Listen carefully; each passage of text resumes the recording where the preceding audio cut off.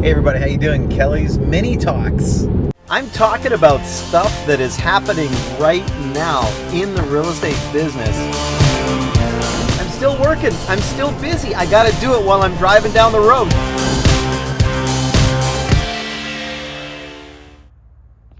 The second episode of Kelly's Mini Talks ever since I got rid of the truck. So anyway, we're gonna talk about some cool stuff today. Trigger rates. So we've heard a lot of talk about this in different types of media out there right now. Trigger rates, trigger rates, trigger rates. So I thought I'd talk about this today because there's a lot of people that are concerned a little bit about interest rates, what's going on with that, how are the banks going to be looking at things a little bit when there's certain thresholds met, all that kind of stuff. And so I thought we'll touch on it today. I'll do my best because I'm just kind of driving in the car. I don't have any notes or anything like that, but I'll try and cover it the best I can. So first of all, there's people that have locked in interest rates right now that are eventually going to have to renew at whatever the rates are at the time. So if you have a locked in 5-year term, 3-year term, and you're coming up to that in the next year or in the next few months, you're going to be dealing with the new rates of the day. So counsel with your mortgage broker on that, on what's the best product for you, 1-year term, 2-year term, variables, all that stuff. Maybe it's a line of credit type product now, depending on your equity position, all that. And maybe it's a matter of just re-amortizing back up to 25, 30 years just to get the payment in line. Things are expensive right now, but you also want to keep your cash free because when the market comes down, there might be some opportunities for you to invest. And if you keep your payments down, that's also factored in your qualification if you're looking to do investing or any other kind of things like that. So there's lots of different reasons to get your payments down, not just for comfort so you can still have a major lifestyle. It might be about actually doing more investing while you can take advantage of decreased prices and stuff like that, because we know they're going to go back up again, right? So that's a little bit about that. Then there's people that are in variable rates where their payment is actually varying as the rates change. There's not a lot of those, but you might be in that situation. You definitely probably want to get into a locked-in product at some point in some way, shape, or form. So talk to your mortgage broker about that. I am not a mortgage broker. I am not giving mortgage advice, but I just want to talk about it so we can position ourselves properly so that we can maybe guide people in the right direction. Okay? So I'm coming from a real estate agent perspective. I was a licensed mortgage broker years and years ago. I'm not anymore, so please don't take this as mortgage advice. So that's the caveat to this right now. But anyway, back to it. So if you are on a variable rate with a static payment, which means the rate may change, but your payment stays the same right now, there's a lot of talk about this trigger rate thing. So what would actually trigger the trigger rate? Well, you know, it's funny. If you call up your bank right now, most of the 5 big banks in Canada or some of the other lenders, they actually don't even know how they would enact it. They don't know. They've never had to deal with it. So they don't even know. The trigger rate thing has been around for a while, but it's never really been something that anybody's really been worried about or concerned with until this started happening. So it might be super frustrating for you to get some answers from your lender right now.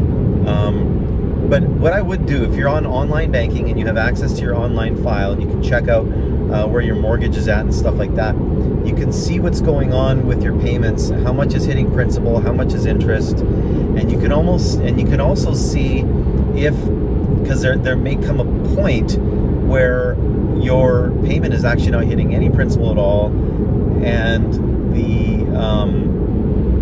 the interest is actually increasing, so that your principal is actually increasing right now.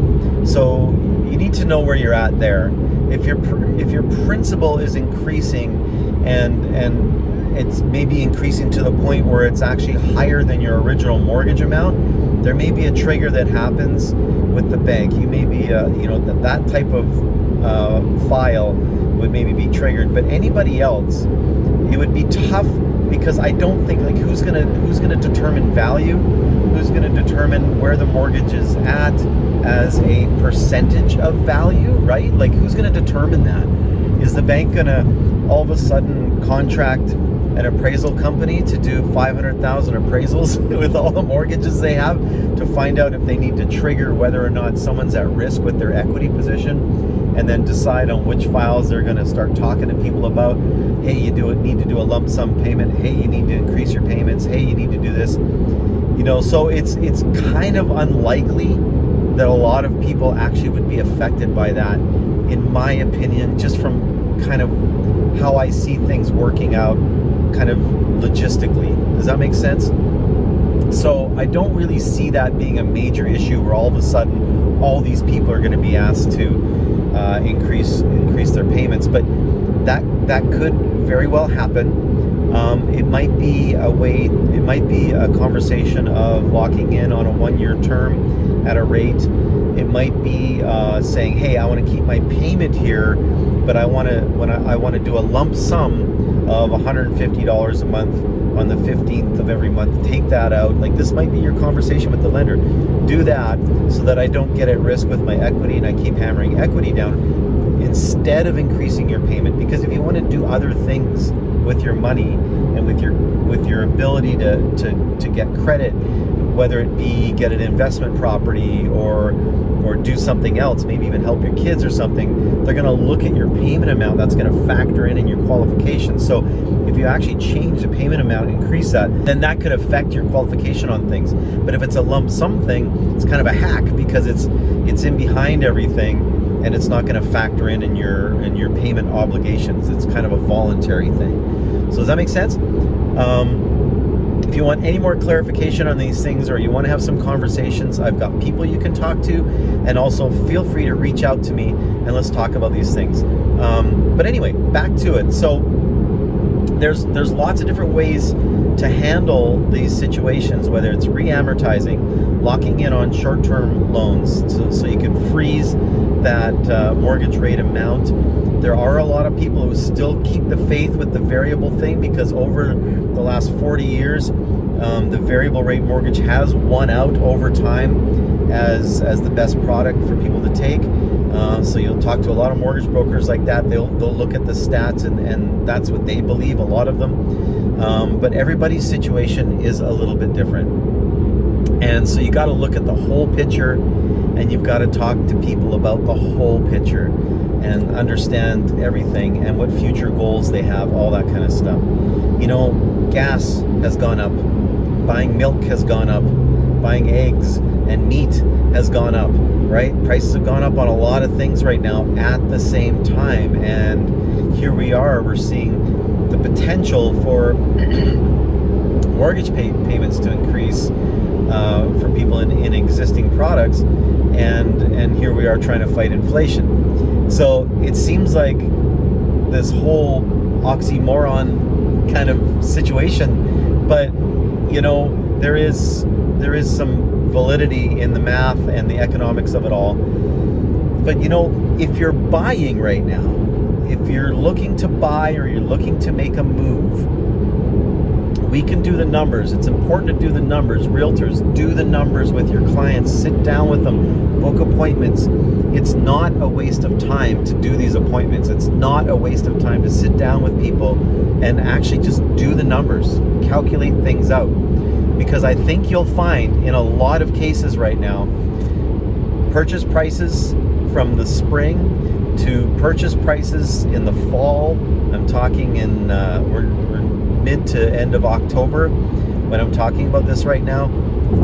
Those purchase prices have come down in line with the new rates, where people are getting the same product but their payments aren't actually increasing. So there's super opportunity right now for the right people, for the right products, to be able to buy and actually be in a very similar position, not in a negative position at all, actually in a position where there's a ton of potential for them to win when the market increases and equity grows for them. So there's, have a full conversation with people, because we don't want people not doing things out of fear when it's actually just being mistaken about the facts. We need to do our job with our clients and help them understand the facts, because this could be an incredible opportunity for a lot of people right now to buy in this market, even at the higher interest rates, to benefit in the long run when equity increases. And I've seen it happen in the past where, equity increases, then they re-amortize their mortgages, redo their mortgages at new rates. Their payments sometimes actually go down. They free up a little bit of equity. They pay off that car. They pay off some credit cards that are at high interest, and they're actually in a phenomenal position. So all of that can happen in the long term, but if you do nothing, then you stay frozen in the ice and you're not doing anything. You're just waiting for the ice to melt, and at the end of the day, you're still in the water. There's no difference in your life. So make sure that we're all talking about stuff, and we're seeking out information and actually doing the numbers, and actually having a conversation about it. All right, that's it for today. So I'm talking about trigger rates. It's a big buzzword right now, but really it's all about communication, doing the numbers with your clients. Take care. Have a great day.